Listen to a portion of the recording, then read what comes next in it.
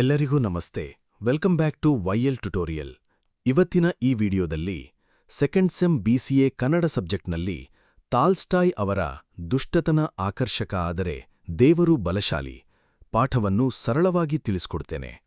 ಒಬ್ಬ ದಯಾಳು ಮತ್ತು ಸದ್ಗುಣಗಳಿಂದ ಕೂಡಿದ ಯಜಮಾನನ ಜೀವನವನ್ನು ಪರಿಚಯಿಸಲಾಗಿದೆ. ಈ ಯಜಮಾನನು ತನ್ನ ಬಳಿ ಕೆಲಸ ಮಾಡುವ ಗುಲಾಮರನ್ನು ಅತ್ಯಂತ ಮಾನವೀಯತೆಯಿಂದ ವರ್ತಿಸುತ್ತಾನೆ. ಅವರಿಗೆ ಬೇಕಾದಷ್ಟು ಆಹಾರ ಮತ್ತು ಬಟ್ಟೆಗಳನ್ನು ನೀಡುತ್ತಾನೆ ಹಾಗೂ ಅವರ ಶಕ್ತಿಗೆ ಅನುಗುಣವಾಗಿ ಕೆಲಸ ಮಾಡಿಸುತ್ತಾನೆ. ಇತರ ಯಜಮಾನರು ತಮ್ಮ ಗುಲಾಮರನ್ನು ಕಠಿಣವಾಗಿ ನಡೆಸಿಕೊಳ್ಳುವ ಸಂದರ್ಭದಲ್ಲಿ ಈ ಯಜಮಾನನು ಯಾವುದೇ ಕೆಟ್ಟ ಮಾತುಗಳನ್ನು ಆಡದೆ ಅವರ ತಪ್ಪುಗಳನ್ನು ಸಹಿಷ್ಣುತೆಯಿಂದ ನೋಡುತ್ತಾನೆ.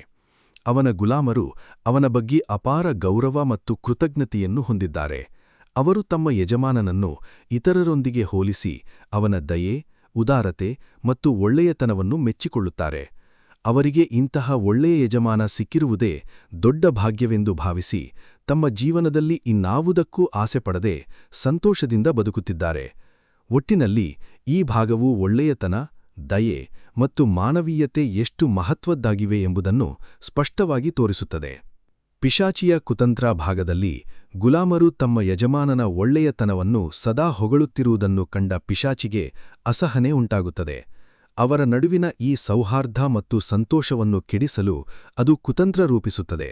ಇದಕ್ಕಾಗಿ ಅದು ಅಲೇಬ್ ಎಂಬ ಗುಲಾಮನನ್ನು ತನ್ನ ವಶಕ್ಕೆ ತೆಗೆದುಕೊಂಡು ಇತರ ಗುಲಾಮರ ಮನಸ್ಸಿನಲ್ಲಿ ಸಂಶಯ ಹುಟ್ಟಿಸುವ ಕೆಲಸವನ್ನು ಅವನಿಗೆ ನೀಡುತ್ತದೆ. ಒಂದು ದಿನ ಎಲ್ಲರೂ ಸೇರಿ ಯಜಮಾನನ ಗುಣಗಳನ್ನು ಹೊಗಳುತ್ತಿದ್ದಾಗ ಅಲೇಬ್ ಅವರ ಮಾತಿಗೆ ವಿರೋಧವಾಗಿ ಮಾತನಾಡುತ್ತಾನೆ. ಯಜಮಾನನ ಒಳ್ಳೆಯತನವು ನಿಜವಾದದ್ದಲ್ಲ, ಅದು ನಾವು ಅವನ ಮಾತು ಕೇಳಿ ಅವನನ್ನು ಸಂತೋಷಪಡಿಸುತ್ತಿರುವುದರಿಂದ ಮಾತ್ರ ಎಂಬುದು ಅವನ ವಾದ.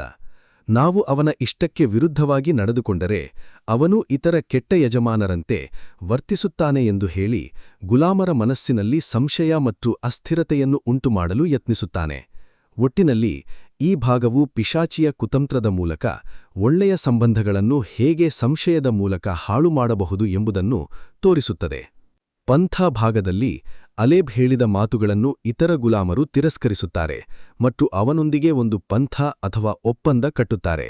ಅಲೇಬ್ ತನ್ನ ಯಜಮಾನನನ್ನು ಕೋಪಗೊಳಿಸುವ ಪ್ರಯತ್ನದಲ್ಲಿ ತಾನು ಗೆದ್ದರೆ ಹಬ್ಬಕ್ಕೆ ನೀಡುವ ಉಡುಪುಗಳ ಉಡುಗೊರೆಗಳನ್ನು ಪಡೆಯುತ್ತೇನೆ, ಸೋತರೆ ಅವುಗಳನ್ನು ಅವರಿಗೆ ನೀಡುತ್ತೇನೆ ಎಂದು ಒಪ್ಪುತ್ತಾನೆ.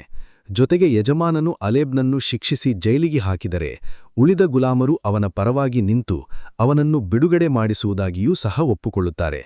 ಈ ರೀತಿ ಎಲ್ಲರೂ ಒಟ್ಟಾಗಿ ಒಂದು ಒಪ್ಪಂದ ಮಾಡಿಕೊಂಡು ತಮ್ಮ ತಮ್ಮ ಷರತ್ತುಗಳನ್ನು ನಿಗದಿಪಡಿಸುತ್ತಾರೆ.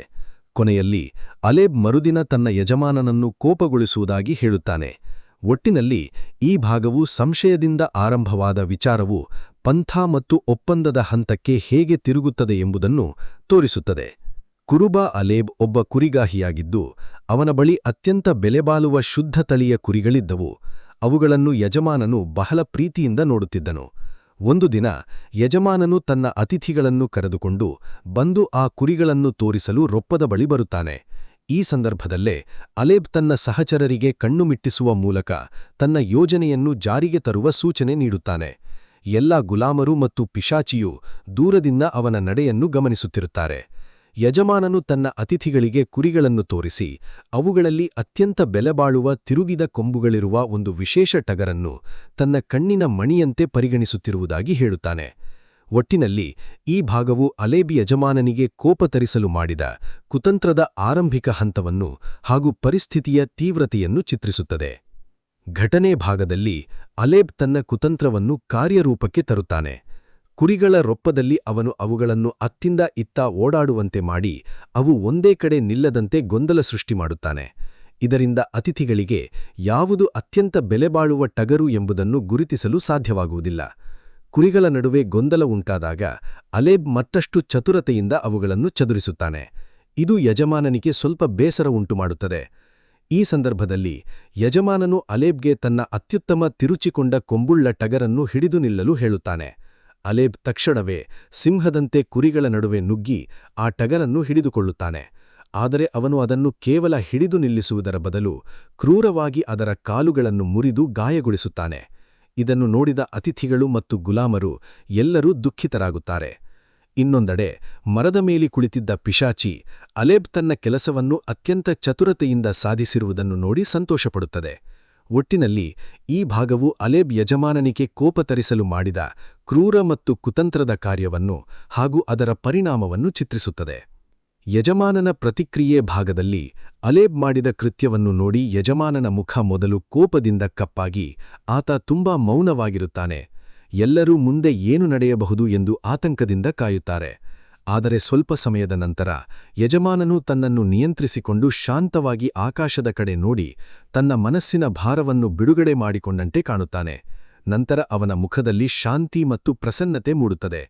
ಅವನು ಅಲೇಬ್ನ ಕಡೆ ನೋಡಿ ನಗುತ್ತಾ, ಪಿಶಾಚಿ ಮತ್ತು ಅಲೇಬ್ ಅವನನ್ನು ಕೋಪಗೊಳಿಸಲು ಪ್ರಯತ್ನಿಸಿದರೂ ಅದು ಸಾಧ್ಯವಾಗಲಿಲ್ಲ ಎಂದು ಹೇಳುತ್ತಾನೆ.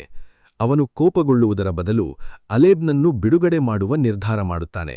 ಅಲೇಬ್ ಸ್ವಾತಂತ್ರ್ಯವನ್ನು ಬಯಸುತ್ತಿದ್ದುದರಿಂದ ಅವನಿಗೆ ಶಿಕ್ಷೆ ನೀಡುವುದಿಲ್ಲ ಎಂದು ಹೇಳಿ ಅವನಿಗೆ ಸ್ವಾತಂತ್ರ್ಯವನ್ನು ನೀಡುತ್ತಾನೆ. ಜೊತೆಗೆ ಹಬ್ಬದ ಉಡುಗೊರೆಯನ್ನು ಅವನಿಗೆ ನೀಡುತ್ತಾನೆ. ಈ ಮೂಲಕ ಯಜಮಾನನು ತನ್ನ ಶಾಂತ ಸ್ವಭಾವ, ದಯೆ ಮತ್ತು ಮಾನಸಿಕ ಬಲವನ್ನು ತೋರಿಸುತ್ತಾನೆ. ತೀರ್ಮಾನ ಭಾಗದಲ್ಲಿ ಒಳ್ಳೆಯ ಮನಸ್ಸಿನ ಯಜಮಾನನು ತನ್ನ ಅತಿಥಿಗಳೊಂದಿಗೆ ಶಾಂತವಾಗಿ ಮನೆಗೆ ಹಿಂದಿರುಗುತ್ತಾನೆ. ಅಲೇಬ್ ಮೂಲಕ ಯಜಮಾನನನ್ನು ಕೋಪಗೊಳಿಸಲು ಮಾಡಿದ ಪಿಶಾಚಿಯ ಎಲ್ಲಾ ಕುತಂತ್ರಗಳು ವಿಫಲವಾಗುತ್ತವೆ. ಯಜಮಾನನು ತನ್ನ ದಯೆ ಮತ್ತು ಶಾಂತ ಸ್ವಭಾವದಿಂದ ಎಲ್ಲಾ ಪರೀಕ್ಷೆಗಳನ್ನು ಗೆದ್ದಿರುವುದರಿಂದ ದುಷ್ಟಶಕ್ತಿಗೆ ಜಯ ಸಿಗುವುದಿಲ್ಲ. ಇದರಿಂದ ಕೋಪಗೊಂಡ ಪಿಶಾಚಿ ಹಲ್ಲು ಮಸೆದು ಮರದಿಂದ ಕೆಳಗೆ ಬಿದ್ದು ಭೂಮಿಯ ತಳಕ್ಕೆ ಕುಸಿದು ಹೋಗುತ್ತದೆ. ಒಟ್ಟಿನಲ್ಲಿ ಈ ಭಾಗವು ಒಳ್ಳೆಯತನ ಮತ್ತು ದೇವರ ಶಕ್ತಿಯು ದುಷ್ಟತನಕ್ಕಿಂತ ಯಾವಾಗಲೂ ಬಲಶಾಲಿಯಾಗಿದೆ ಎಂಬ ಸಂದೇಶವನ್ನು ನೀಡುತ್ತದೆ. ಈ ವಿಡಿಯೋ ನಿಮಗೆ ಇಷ್ಟವಾಗಿದ್ದರೆ ಲೈಕ್, ಶೇರ್, ಕಾಮೆಂಟ್ ಹಾಗೂ ಸಬ್ಸ್ಕ್ರೈಬ್ ಮಾಡಿಕೊಳ್ಳಿ. Thank you.